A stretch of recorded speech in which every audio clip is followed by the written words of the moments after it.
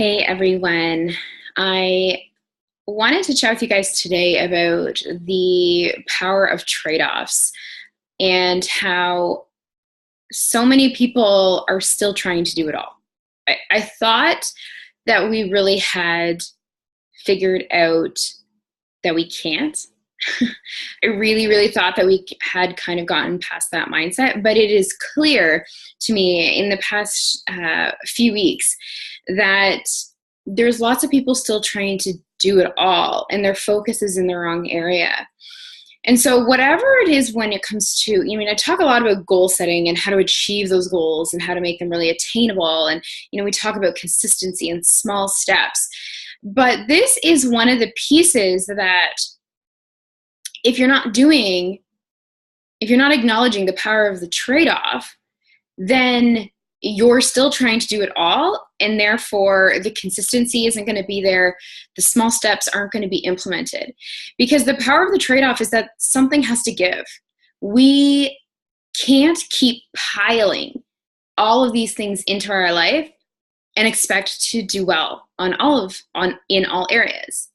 So I see this all the time when it comes to people. I have so many clients that come to me, especially my health coaching clients, that when I start talking about implementing these new strategies into their life to help with their life and to help get them healthier with simple routines and simple tools to literally better their lives. Like, this is why they hired me. However, they are not willing to trade off. They're not willing to give up something else in order to fit this new routine or to fit a product or suggestion or whatever the case may be. They're not willing to do the trade-off, right? We understand trade-offs when it comes to money, right? It's like, I want a new sweater, so I pay money. I'm trading my money to receive the sweater, right? Like, it's the trade-off. And our life is exactly the same. And our time is exactly the same. So when it comes to trading things off in our life, we're doing this every day, and we're not acknowledging the power in it. When I talk to, again, my clients about having to maybe give up something, like maybe they have to give up, wine every single night. Maybe they have to give up, cheeseburgers, or maybe they have to give up some time in their schedule that normally they're like, well, I need that hour to watch TV. And it's like, well, if you're not willing to give up some time to put in these other pieces, like, I have people who they're like, I want to do this. Yeah. And they hire me, and I talk to them about all of the, the things that we're going to be doing. But when it actually comes to implementing these pieces, they're like, well, I don't have time for it. And this comes up over and over again. And so the power of the trade-off is you have to give up something. But what we look at is that giving up something, letting go of something, isn't always losing something, right? It is actually very freeing, right? It's like when we declutter our house. It's so actually freeing to get rid of all of that junk, isn't it? Right? Because we feel that we have more space.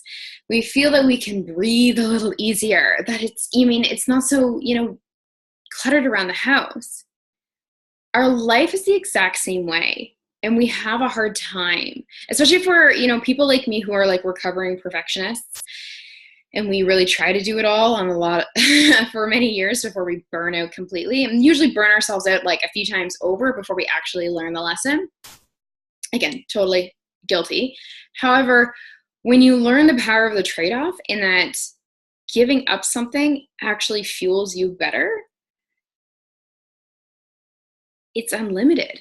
It really is unlimited in what you can accomplish and in what freedom you can create in your life. And so instead of looking at something you can add in, instead of looking at like adding in more vegetables and things like that, just look at one thing maybe you can let go of. Maybe you're going to let go of, an unhealthy snack that you're eating if you have more of a health goal. Maybe you're going to let go of you know, the book club because it's just something you've always done, but you've really stopped enjoying it. Maybe you're, you know, letting go of a relationship because, again, like you're just holding on because it's maybe comfortable um, or it's, you know, just it's a very static. It's very static, and so it's, you know, it's been there. People, you know, people come in and out of our lives, and not all are meant to stay. Again, I'm not saying that you're just like going to leave all your family and friends all at once, but you know, look at the relationships that are too hard to keep, and are they worth keeping? You know, look at your home. Is there things that are in your home that you can get rid of? Right? Like get rid of some of the clutter. These all are so empowering pieces, and I find that we gain so much more from letting go than we do from receiving. Right? I feel so much better when I let go of things in my house and I declutter and I tidy my house. I feel so much better than when I buy a bunch of stuff to fill my house, right? So I want you to look at your life and look at, I mean, particularly your material pieces and then your time, because those are two of the trade-offs that some people are not willing. You know, because people look at my business and they're like, you trade off a lot of your time for your business. You know, time that I could be spending with my family, time that I could spend just relaxing at home, you know, catching a Netflix kind of series, whatever. But again, like I'm okay with the trade-offs that I'm making, right? Because everyone's trade-offs are going to be different and everyone's comfortable with different trade-offs.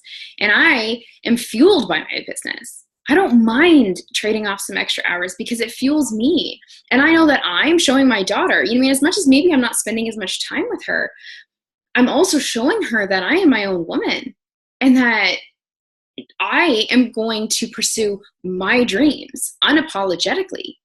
And that, you know, I mean, I am fueled by that because I know that I'm setting actually a really wonderful example for her. Not to overwork. There's a difference because her and I also have very specific days where we relax and it's all her and I, right? And we have times where I'm like, no, this, you know, I even canceled certain things so that I can spend time with her or with my family. Or, you know, I mean, I have lots of beautiful, you know, moments and downtime and family time. It's not all work. I mean, obviously that's a lot of the time what people see because a lot of my business is online. But in the end, anytime that I trade off, I look at whether I feel good about it. If I'm trading off time and it makes me feel resentful, if it makes me feel anxious, if it makes me tired even thinking about it, then I need to reassess and I'll look at those things and then trade off differently.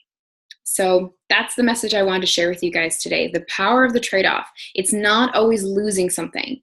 When you trade off something, it's not always that you're losing. And we need to get out of that mentality. Trading off and letting go can actually be very empowering and very fulfilling, and actually you'll receive more than you even imagined. All right. I love you guys, and I hope you connected with this message in some way.